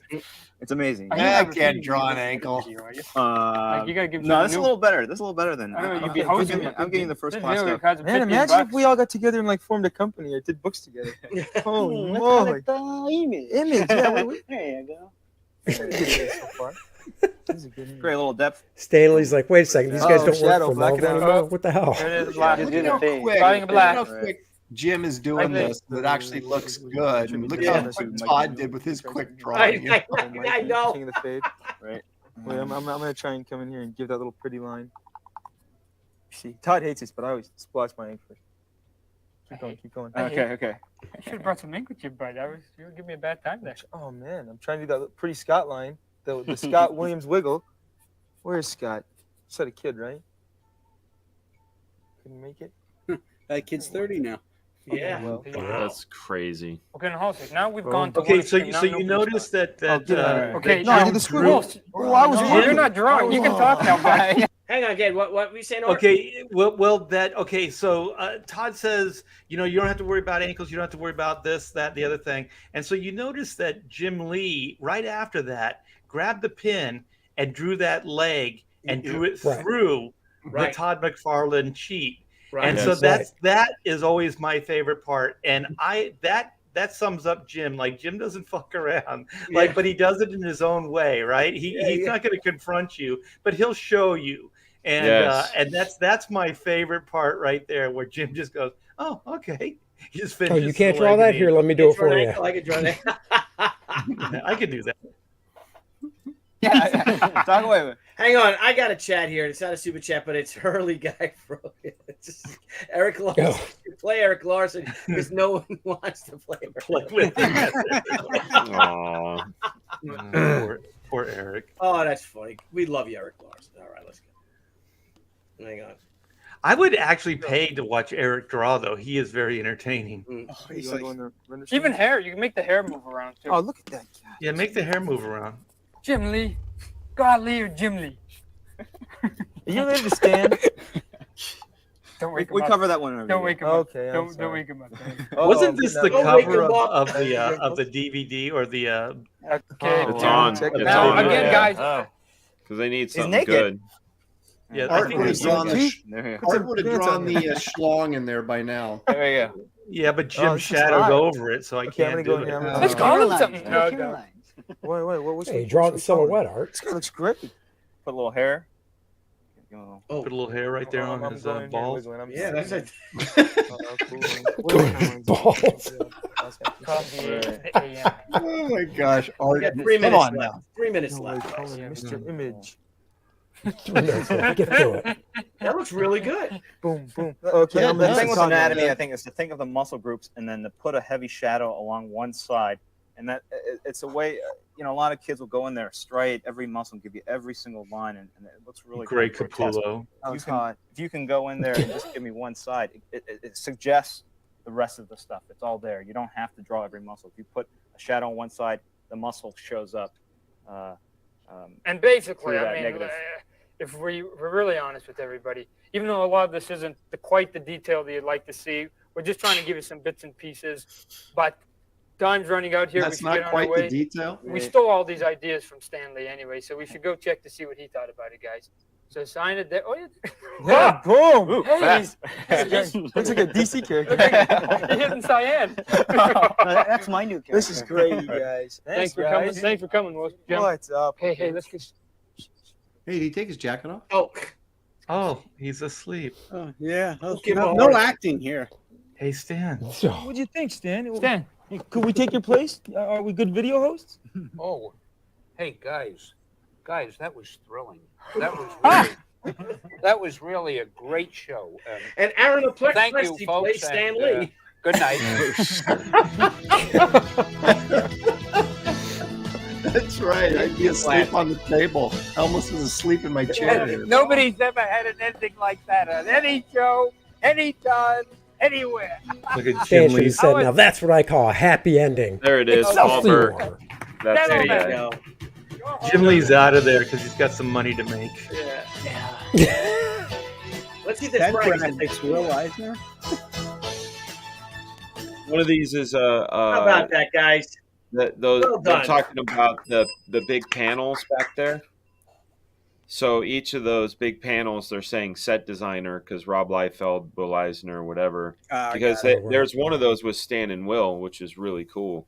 You know what I found interesting is that when they covered the layouts and stuff, they were spot on, but they didn't really cover storytelling, which was one of the weaknesses of Image Comics, because they focused on surface detail. And what we saw in that video was exactly that, them noodling the shit out of stuff and putting surface detail all over everything. And I didn't see that in the video. It looked like they were pretty much like with the anatomy. They were cutting shadows in and stuff. They weren't getting overly detailed with it. I didn't What think. about their books? He's talking about. Oh, their actual books. Yeah.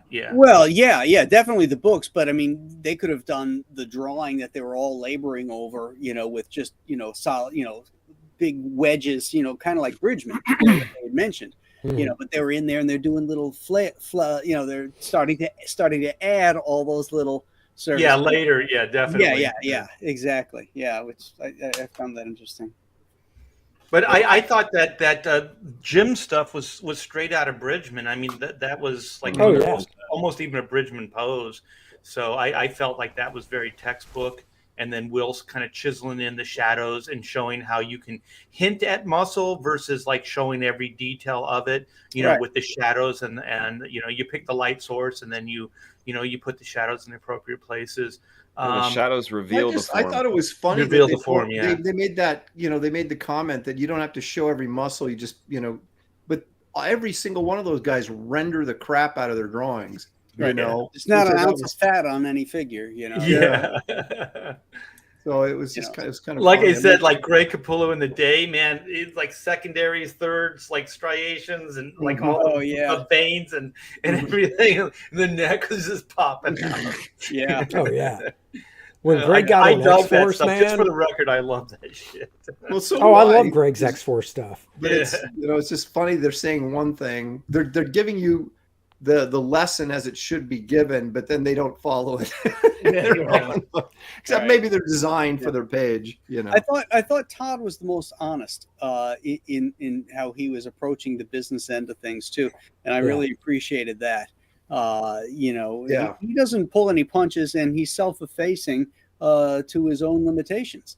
Nobody draws good ankles. Well, a lot of people could draw plenty of good ankles, but you don't, and I get it. And so, you put Mary Jane with big tits standing in front of a potted plant, so you don't got to draw her feet. Okay. It works for you. You made $1 million. You know what would be better if he wanted to sell it? Do like the Wally Wood and just go, these are deadline cheats, because then all of a sudden it would change things. It's like, well, you know what? It takes a little bit of time to draw ankles and work out all this stuff. But just who wants to look one thing? It would have been funny. Important part. Right. It would have been funny because they brought up Wood if he goes, and if you're ever stuck on a panel layout and they just pop down Wally Wood's 22 panels that always work. Just go boom, here you go. There it is. That's all you need to know. That's right. I always admired Todd's work ethic, because when they launched Image, I mean, maybe Jim did a little bit, but Todd, every freaking month Spawn was out. Yeah. He understood how much money was on the table to be made. And those guys just wasted opportunities because they didn't get their books out. Yeah. Absolutely. I think the difference was like Todd just wanted an IP, right? He wanted a character that had staying power. Those other guys wanted to build empires. They wanted to create like Marvel Comics or DC Comics or something. So they had a whole universe that they were creating. And I think that one was a very focused idea, which was Spawn. And then the others were more of like, it wasn't focused on one IP. It was focused on a universe. And I remember talking to Todd, and Todd said that to me. He goes, I want a legacy. I want a significant run on this book, because his idea was like, if you have like 1 through 50, that's significant. But if you keep renumbering things, like you do 1 through 5, and then that's it, and then you start it up with another number 1. There's no legacy, there's no history, there's none of that. And so I think he had a pretty clear idea on how to do it, and it was right for him. I mean, it's obviously paid off. Well, Todd was a damn good businessman, where the other guys were not. But the thing with that, though, Art, is Todd, Capullo took over in issue 16 or 17? I mean, Todd still wrote it. Actually, it was before that, because I inked. Well, maybe it was 16, I think it was 16 or 17, but... Yeah, I think you're right. But, Larson's the one that has that huge legacy, whether you like Dragon anymore or not. That's true. Being into the 300s, and even when those guys flipped a month where they took on each other's books, Eric still went back and was like, "Well, I'm still going to do my number 13, just so I have it." How shows how good of a businessman Todd is that all these characters are back then, and I've suffered from this, and I've had this conversation with Jeff Smith and all that. She is me. I'm associated with She. I had Frank Frazetta do a cover for me, and I had a retailer tell me that he would have sold more if I drew the cover instead of Frank Frazetta. So, but how Todd was able to ease in Greg to take over that title and get those books out and still maintain that it was Todd McFarlane's Spawn. Mm-hmm. That shows what a terrific showman, what a terrific businessman he is, and the whole package that. Like you were saying, he was in for the long haul. Well, Todd has this saying, and I like it, and I try my hardest to use the advice, but he said never juggle more balls than you can handle. So meaning, like, if you can juggle three balls and it's all easy for you to do it, then stick with that. But if you add another ball to it, then you start kind of floundering a little bit. You add another, and then you start dropping. That's the same advice the madam gives the ladies at the bunny ranch. Never handle more balls. Yeah. Well, see, it's one of those deep concepts that crosses all. It applies to a lot of things. Everything. Yeah. That's probably where Todd got it from. His he was visiting the bunny ranch and was like, I like that saying. Well, I mean, the ball analogy, I'd like do something cooler like chainsaws or something. Did you guys see the chat? Somebody had said that Jim Lee came from money, that his parents owned like some kind of laundromats or something like that. But then he also, the person also said that Stan Lee was his uncle. No. No? None of that. I do know that Jim was going to medical school and quit medical school to do comics. I know that. Oh, I did hear that. Yeah, he was slumming it. Get out of here with that. Stan Lee. Yeah, Robert E. Lee. Is he his uncle too? Yeah, but Stan Lee is not his real Robert E. Yeah, like I remember Jim saying how disappointed his dad was, and because he had this degree, but then he's drawing comic books, but I also think that's what motivated him, because he had to, not just make it, but make it big. Yeah. To legitimize, or just to show his old man that he was right. That you can do very well in comics. Even if you have to set the bar yourself, which is what those guys did, No, I found them fascinating, that entire series. They're great. We should do more. I was sitting there with a pen and pad, listening, writing this stuff down when I was watching them, because I'm like, I want to do comics. And I'm like, oh, well, how do I learn how to do comics? I had all those videos, and those guys were so huge, and Aaron was like Jim Lee. It was like Stan Lee. I like them. I like them most when it's Stan and one guest. Even the Robin and Todd Overkill one wasn't great, but when it was one-on-one where people can kind of open up and do their own thing, those I found to be the most entertaining and informative. Mm-hmm. Didn't Stan Lee and John Buscema do something similar to this? How to Draw Comics the Marvel Way. Yeah. Didn't they do a video? But they never really showed John drawing. It was just stuff he was kind of doing from inside the book over top of it. Yeah. And then they would do a transition, and it's like, and now it's done. Magic. And they had that music, that fucking weird ass music. It's on YouTube, I think. But I was so disappointed when I got that video. So I was like, oh man, watching John Buscema draw. It's a literal video transcription of the book, and that's why it's charming. Now, have you guys seen the video? I think it's a French video, and it's Buscema, Mobius, and Thibert. Yes. Oh, man. And great. they're all YouTube. They got this giant. I did see that. And they go up. Each one goes up, and they draw something. Yeah, but did Buscema just draw a surfer face or something? He drew the Silver Surfer, and it was like he was blown out of the water by Thibert's Hawkman, and Mobius's whatever. Dude, Mobius could have drawn a phone booth, Yeah. Right. Oh, I gotta see that. And Neil Adams did one too, where he went over there and Neil drew something too. I saw that. Yeah, it's really cool to watch these guys. But I just felt like because JB was such an incredible draftsman, but his heart just wasn't in that thing. You could tell he was just like, here, okay, am I done yet? Silver Surfer drawing, it's like. Okay. But meanwhile, Thibert, he does this gesture drawing of Hawkman, and just indicates things, and it's like the fucking thing just jumps out at you. You're like, oh my god. Do you guys think that sometimes guys are motivated by cash? Like maybe if there was more money on the line, like he would have stepped it up, or do you think it was just like he just didn't want to do it? Well, there probably wasn't for that video. I don't think there was any money on the line. They were at a con. Like, hey, you guys go draw something. Yeah, because the thing is, like, especially back then, you got asked to do a lot of stuff for free, like at conventions and things. Yes. And so at some point, I know we've all been there where you kind of resent it. And so you just kind of You're like a dog and pony show. You just kind of bang it out, and then you just whatever. Maybe and those are, the worst part about that is like when you Google search yourself. Oh, those are always wrong. Oh yeah. But you know what?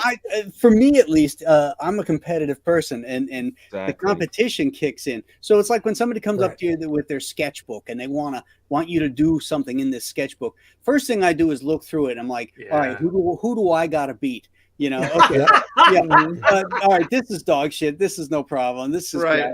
Okay. Yeah, the sketchbook that does it. There's a Garcia Lopez Superman in here. Okay.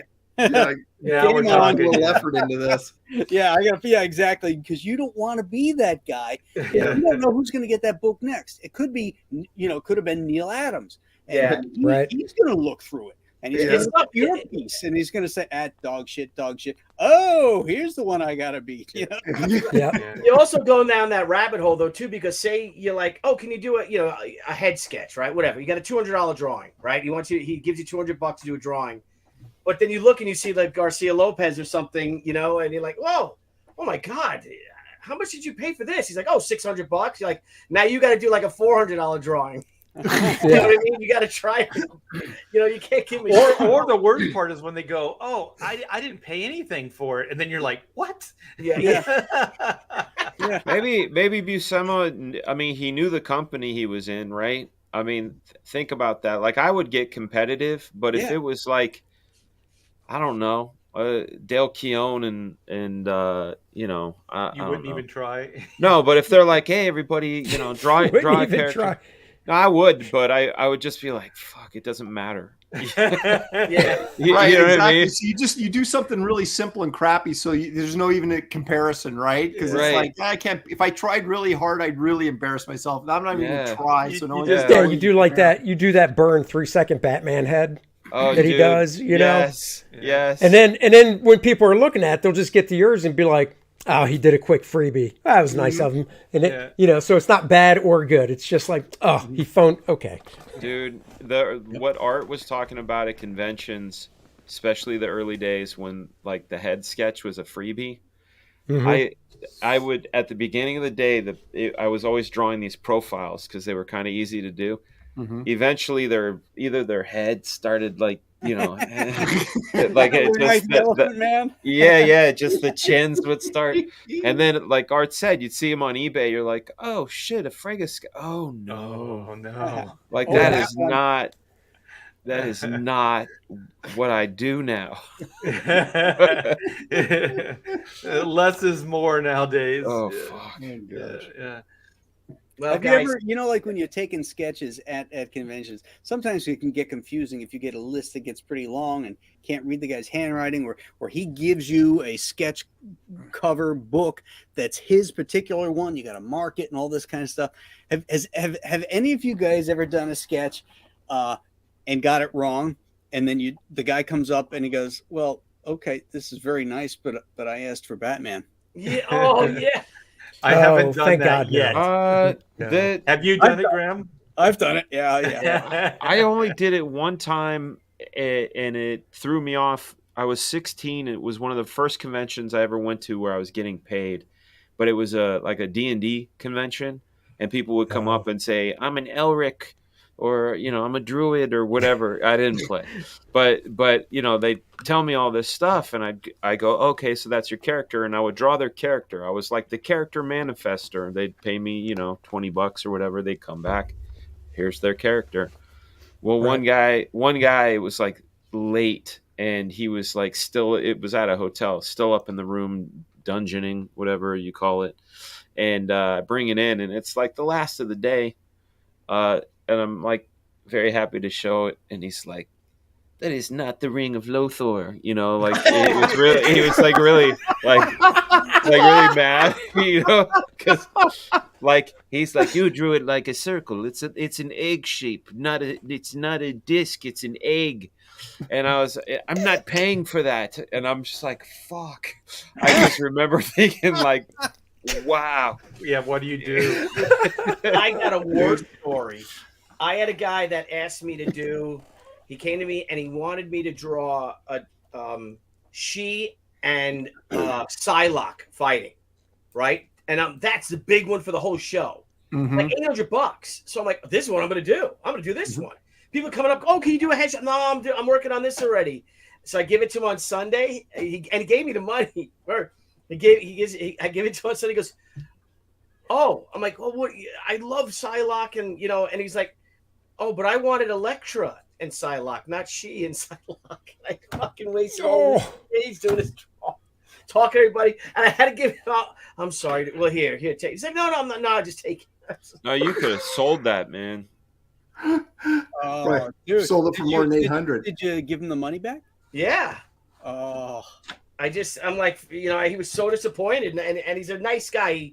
He buys, I forget his name, but he's always buying. He's bought stuff from me since because he liked that I did that. He thought it was so great, and he's made up for it, But I spent like the whole weekend doing that. Debbie's like, there's these guys they're really smart where they'll do like a jam piece, like they'll kind of have it thumbnailed in, and then they'll go to their favorite artist and do it. And it's kind of like what Graham was saying, like you find the best one in that group, and then you're like, I got to at least match it or beat it, right? Or there's the guys that do like they'll grid it out almost like trading card size, and they'll be headshots. Oh, I have to make sure mine's because at a glance you can see it. Oh yeah, it has to be. Yeah. Well, that's a story for another day. Comic-Con sketches, commission disasters. Yes. Hey guys, I want to thank you all. Thank you for joining us. We all had a great show today. It was very entertaining. Seeing our buddies out there working away and showing the craft from 30 years ago. It's what I thought was so fascinating is how young they were. Oh God, yeah. The attitude and everything like that, and Todd just saying, don't send stuff to the submissions editor. You're not gonna get it. He's what do you call him, a goofball or a flunky? A flunky. He's a flunky. But with that Canadian accent, he's a flunky. Yeah. He's a flunky. So, but guys, thank you all. Great show, guys. You want to harp something? You got something to share or anything like that? We all got campaigns going. Joe Frankenstein Part 2 is going to launch next week. Excellent. Ooh. And Part 1 is fulfilling. We're waiting on the die cut stickers to come in. There was a problem with the machine. So as soon as they come in, we'll begin. Julia will start fulfilling all that stuff for Part 1 probably next week. Perfect. Yeah, and black and white is still in demand. And we just hit 124,000. Oh, really? Nice. Thank you guys so very much for the support. I work every day on this book. This is labor of love, and I can't wait to get it done and in your hands. So thank you guys for the patience. Thanks for the support. And before you know it, you will have this book. So thanks again. Core Draft The Reckoning. That's right, 76 pages. Ball-busting, barbarian, bombastic action. Is moving along nicely. I'm working on it daily, and go check it out, coredraft.com, right below my name, and you can click there to go to the Indiegogo page. So there you have it. 5 Okay, different here covers. you go. Here it is. Playable game. Yeah, I was going to say Core Draft. It's more metal than metal. Nice. It's more What metal do than we got metal. here, bro? What is that? What the heck? I remember when you were drawing that. Yeah. Don't put that on Facebook. They'll censor you. Yeah. Oh, for sure. No, I just a couple nice pieces of news on the Black Flag front. Getting some delicious tastiness from Matt Yackey, which is bringing me great joy. And like I was talking to you guys in the back room Brofessionals. The book is expanding from 56 pages to 64. I thought I was going to expand it to 60, but it's going to be 64. Some more tasty action. And also the Incredible Comics website will be launching very soon, probably by the end of the month. Incredible-comics.com. Wow, this looks great. It's gorgeous. Thank you. That piece looks amazing, Dan. Thank you. Thank you. Yeah, tell Matt I feel sorry for him having to color all that. You know what, man? Every time somebody says that, every time I say, my brain tells me to draw that. Nobody feels sorry for me. Right. No, you're the guy who created it. Well, you did it to yourself. Yeah, you I did it to yourself. I don't feel sorry for You did it to you. yourself. I didn't. Yeah. I didn't. No, That was Dude, I remember when you were drawing that. Yeah. That's cool. Very, Beast very cool mode. piece, man. Thank you. Censored Lopresti. Let's see. Wraith of God, #1 second chance campaign. It ends tomorrow night. So we need you guys to get in there and order that book so I can send it to the printer. Well, I'm sending it to the printer anyway. But if you want to get a copy, make sure you get in there by midnight tomorrow. Another great looking book. Wow. Fantastic looking book. Another one. Yep. And guys, we have Zombie Sama. Printer has the one printer has the stretch goals, the other printer has the books. Rumor is we're getting these books next week. Whoa. Sweet. What? Are fulfilling. So we're all very excited. And also on Thursday, and you're all invited, of course. We have on the Pop XP Thursday Night Live with Billy Tucci. He's going to be Dale Keown. Talking the Pit Omnibus Edition. We're going to have a lot of fun. I'll send you guys the invite. And then the week after that, next Thursday Night Live with Billy Tucci is the one, the only, Sam Jones. That's cool. Launching.